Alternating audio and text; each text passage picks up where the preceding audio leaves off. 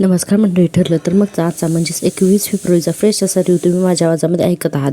काल आपण पाहिलेलं आहे अर्जुन भाजी घेतलेली असते अर्जुन आणि भाजी गाडीमध्ये ठेवतो इतकंच त्याला समोरच्या गाडीमध्ये साक्षी दिसते. आता साक्षीला पाहून अर्जुन तर एवढा गोंधळात पडतो की त्याला वाटतं की अरे इथे आणि साक्षी, कारण त्याला या अगोदर सुद्धा सायलीने सांगितलेलं असतं. आता अर्जुन साक्षीला बघून म्हणतो अरे ही तर जिवंत आहे, म्हणजे जेलमध्ये हिचा खून झालेलाच नाही आहे असं अर्जुन म्हणत असतो आणि म्हणतो की चला आधी माझ्या बायकोला कळवतो म्हणतो. पटकन सायलीला फोन लावतो, पण त्याला इतक्यातच आठवतो की जेव्हा सायलीने रेस्टॉरंटमध्ये सांगितलेलं असते की मी सायलीला पाहिलं, तर अर्जुनने तिला म्हटलेलं असतं की ती इथे कशी असेल, ती जेलमध्ये विसरलीस का तू, आणि सायलीने उठवलेल्या संशयावर अर्जुनने तिला गप्प केलेलं असतं. त्यामुळे अर्जुन म्हणतो की नाही आता तिला मी सांगून उपयोग नाही असं म्हणतो अर्जुन. आणि आता पुन्हा विचार करतो की चला सायलीचा एक व्हिडिओ तर बनवतो, म्हणजे माझ्याकडे काहीतरी पुरावा राहील, कारण पुरावा असल्याशिवाय आपण सायलीचं ऐकून घेतलं नाही तर ते आपलं कसं ऐकून घेईल, म्हणून तो आता मोबाईलने शूट करायला जातो. इतक्यातच या साक्षीची गाडी पुढे निघून जाते आणि अर्जुन पटकन खाली बसतो जेणेकरून साक्षीने अर्जुनला पाहू नये म्हणून. तर आता या साक्षीची गाडी पुढे निघून गेलेली दाखवली आणि अर्जुन तिथंच उभा असतो. आणि आता आपण पाहतोय पुढचा सीन. आता पुढच्या सीनमध्ये आपण पाहतोय इकडे अस्मिता घरी आलेली असते. आता कल्पनाताई म्हणतात की थांबा अस्मिता, आणि तिला म्हणतात की हे काय, ही तू आमचे फोन का घेत नव्हती, आणि मी तुला अगोदरच सांगितलं होतं ना की एकटीने बाहेर जायचं नाही म्हणून, तरीही तू गेलीस, उगाच आमच्या जीवाला घोर. असं आता कल्पनाताई रागारागाने तिच्याशी बोलतात. प्रतापराव सुद्धा म्हणतात अस्मिता हा सगळा काय प्रकार आहे, अगं या दिवसामध्ये आईचं काही न ऐकता तो बाहेर का गेलीस. अस्मिता बघा आता या सगळ्या घरच्यांवरच चिडते. प्रतिमा त्या सुद्धा म्हणतात की अगं आम्हाला तुझी काळजी वाटत होती ग. आता अस्मिता म्हणते तुम्ही सगळे एवढे ओव्हर ॲक्ट का होताय, मी आले ना घरी, बघा मला काही झालेलं नाही आहे असं म्हणत असते. सायली म्हणते अस्मिता ताई अहो आई तुम्हाला फोन करत होत्या त्यावेळेस तुम्ही उचलला नाही, मी तुम्हाला फोन केला त्यावेळेस तुमचा फोन बंद येत होता. अस्मिता म्हणते अगं माझा फोन ना खाली पडला आणि बंद झाला, बघ ना मी स्वतःची काळजी घेऊ शकते असं तुम्हाला वाटत नाही आहे का, मला ना लहान बाळासारखं ट्रीट करणं बंद करा आता, आणि आता कुणीतरी मेल्यासारखं चेहरे करून नका उभारू असं अस्मिता घरच्या सगळ्यांवरती ओरडते ना. आणि सगळेजण तर दसकतात ही अशी काय बोलायला लागली. आणि अस्मिता म्हणते ठीक आहे मीच जाते माझ्या रूममध्ये आणि आराम करते. आता प्रतापराव अस्मिता म्हणतात पण ती कोणाचंच ऐकत नाही, डायरेक्ट रूममध्ये निघून जाते. सगळ्यांना आलेलं असतं टेन्शन. आता आपण पाहतोय पुढचा सीन. पुढच्या सीनमध्ये आपण पाहतोय सचिन घरी येतो. साक्षीच्याने सॅम म्हणून तिला खूप हाका मारतो, पण ती काही देत नाही, म्हणजे ती घरामध्ये नसते हे सचिनच्या लक्षात येतं आणि म्हणतो कुठे गेली असेल सॅम. आता तो तिला फोनसुद्धा लावण्याचा प्रयत्न करतो. आणि आता बघा सचिनच्या लक्षात येतं की अस्मिताला ज्या बाईने ढकलून दिलं होतं ना ती बाई अशीच एक ओढणी वगैरे घेतलेली होती, आणि तिची थोडीशी म्हणजे सचिनला इथं संशय आलेला आहे की कदाचित ती बाई मगाशी अस्मिताला धक्का देणारी मुलगी सॅम तर नसेल ना, असं आता सचिनच्या मनामध्ये येतं तो प्रसंग आठवून. आणि सचिन म्हणतो की पण ती नेमकं तिथं काय करत होती, माझा पाठलाग करत असेल का सॅम, असे अनेक प्रश्न आता सचिनच्या मनात येतात. अस्मिताबद्दल तिला कळलं असेल का, आणि म्हणूनच ती तिला त्रास देत असेल का असं सचिन म्हणत असतो. आता आपण पुन्हा पाहतोय सीन सायलीचा. आता सुभेदारांच्या घरामध्ये सायली हॉलमध्ये एकटीच असते आणि विचार करत असते प्रियाला फोन करू का, परत म्हणते की नाही नको, तिला काही विचारायची ना घाई करता कामा नये, कारण ती काही वेळ मारून नेईल आणि काहीतरी खोटं सांगून वेळ मारून नेईल असं म्हणत असते. आणि म्हणते की आता डायरेक्ट पुढचं पाऊलच तिच्या विरोधात घ्यायला हवंय. आता आपण पाहतो की पुन्हा इकडे सचिनचा सीन. आता सचिन घाबरलेला असतो आणि सचिन म्हणतो आता मी हे कसं हँडल करू, सॅमने जर का मला डिरेक्टली अस्मिताबद्दल विचारलं तर मी आता काय उत्तर देऊ, असं म्हणून सचिन खूपच घाबरलेला असतो आणि म्हणतो की थोड्या वेळ सॅमला अवॉइड केलेलंच बरं म्हणून. आणि म्हणतो की त्यामुळे सॅम पण अजून भित्रेल का मी जर असं केलं तर.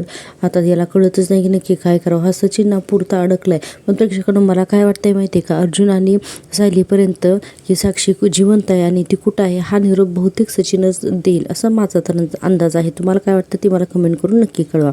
आपण पाहतोय की आता इकडे सचिन विचारात असतो आणि आता आपण पुन्हा घरचा सीन पाहतोय. इकडे कल्पनाताई म्हणत असतात की अस्मिता अशी का वागली ना मला ती कळतच नाही. खरं तर तिने या दिवसामध्ये स्वतःची खूप काळजी घ्यायला हवी, पण ती ना कॉलेजमध्ये असलेल्या मुलींसारखी कधी येते कधी जाते काही कळतच नाही. सायली म्हणते अहो आई त्यांना घरात बसून कंटाळा आला असेल म्हणून ते गेले असतील मैत्रिणींकडे, आणि आता त्या आल्यात ना मग जाऊ दे बरं, नका तुम्ही टेन्शन घेऊ असं म्हणत असते. आणि इतक्यातच सायली म्हणते अरे यांचा फोन येऊन गेला, आई मी पटकन यांना फोन करते असं म्हणून हॉलमध्ये जातात ते अर्जुनला फोन लावते. अजून अर्जुन गाडीमध्येच दाखवलेला आहे. आता सायलीचा फोन उचलतो आणि म्हणतो की हॅलो. तर सायली म्हणते अहो ऐका ना हॅलो, आणि म्हणत असते की तुम्ही फोन केला होता ना, पण काळजी करू नका अस्मिताई त्यांची काळजी करण्यासाठी फोन केला होता ना, तर त्या आल्या आता घरी. अर्जुन म्हणतो अस्मिताई. तर सायली म्हणते अहो तुम्ही त्यांची काळजी म्हणूनच फोन केलेलात ना. आता अर्जुन लगेच गोंधळतो आणि म्हणते हो हो हो अस्मिताई घरी आहे का हेच विचारायला मी फोन केला होता. असं आता अर्जुन म्हणतो ठीक आहे ना, ती ओके आहे ना ती. सायली म्हणते हो हो त्या ठीक आहेत आणि ओके. पण आता पण म्हणल्यानंतर सायली गप्पच बसते. अर्जुन म्हणत असतो की पण काय सांग ना. तर सायली म्हणते नाही काही नाही, तुम्ही घरी आल्यानंतर आपण बोलू ओके. तर अर्जुन पण म्हणतो बरं ठीक आहे येतो, कारण अर्जुनच्या डोक्यात एवढे विचार असतात त्यामुळे अर्जुन काही तिला जास्त डीपली विचारत नाही आणि पटकन फोन ठेवतो. सायली लगेच म्हणते यांनी अगदी कामापुरताच बोलून फोन ठेवला, हे ठीक तर असतील ना, असं सायली विचार करत असते. इतक्यातच कल्पनाताई तिथे येतात आणि म्हणतात काय झालं अर्जुन काय म्हणत होता. तर सायली म्हणते अस्मिताताई घरी आल्या का हे विचारायला कॉल केला होता. आता कल्पनाताई म्हणतात अच्छा म्हणजे तू अर्जुनला अस्मिताबद्दल सांगितलं होतंस का.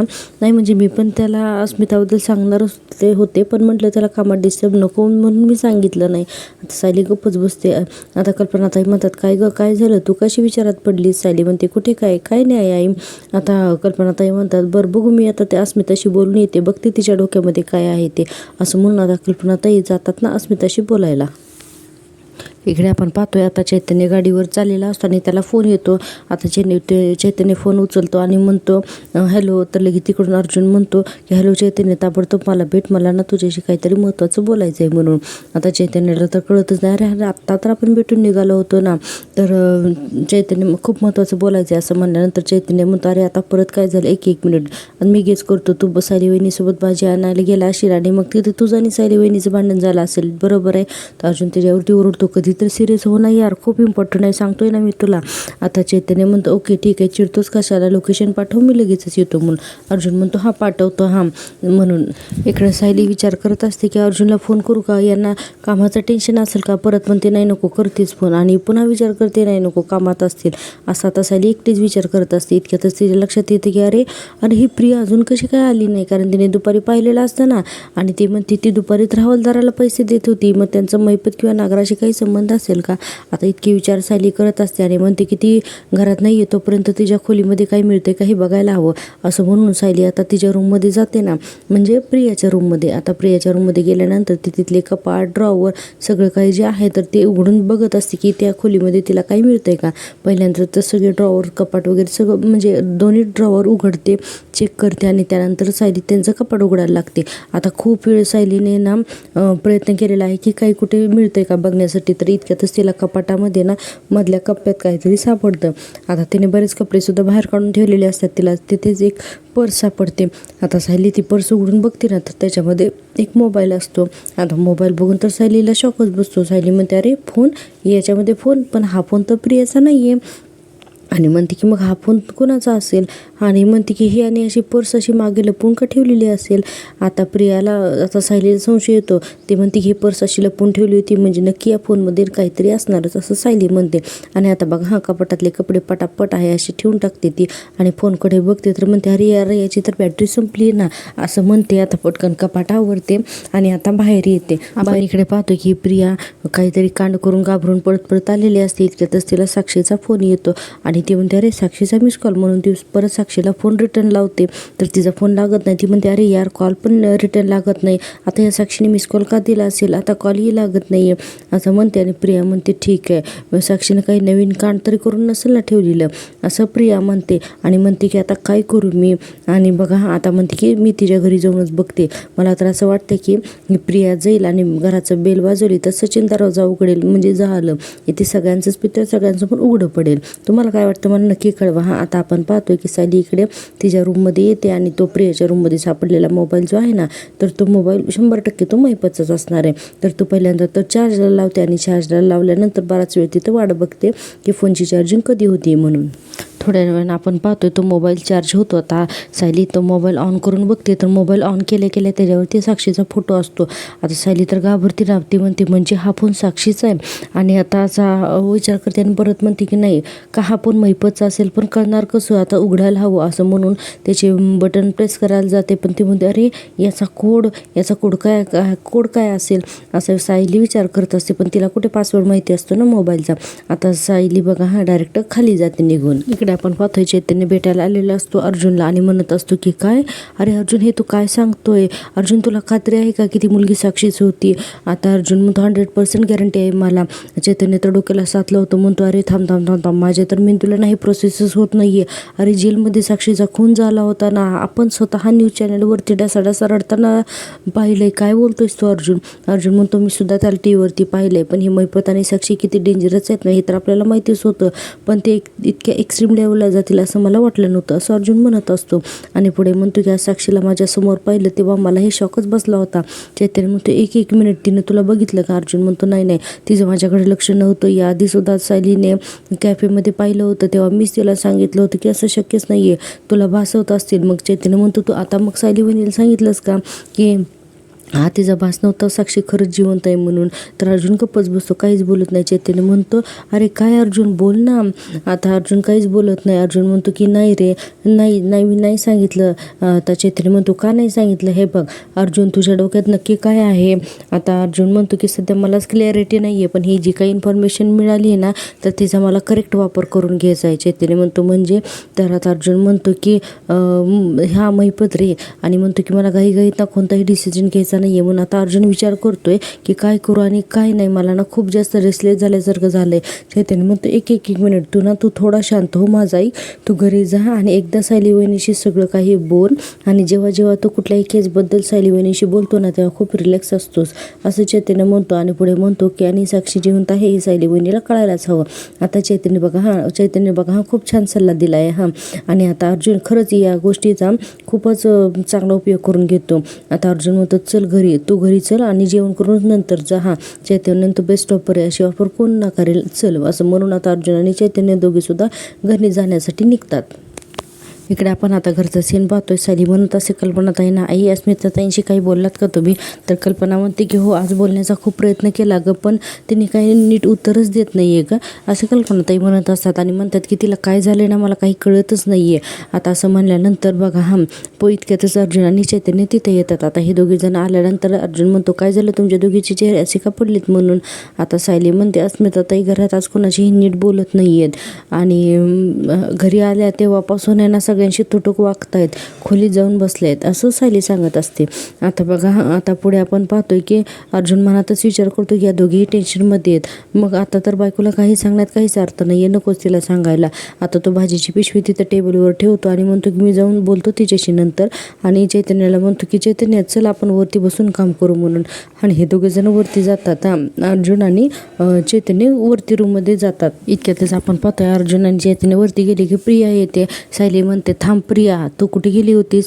आता प्रिया लगेचच म्हणते हा प्रश्न विचारण्याचा अधिकार तुला कुणी दिला ग.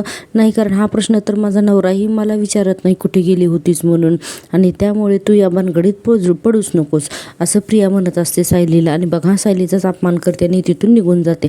आता कल्पना ते पण सोप्यावरच असतात, पण त्यांची अवस्था ठीक नसते ना, अस्मिताचे विचार असतात म्हणून त्या काही बोलत नाहीत.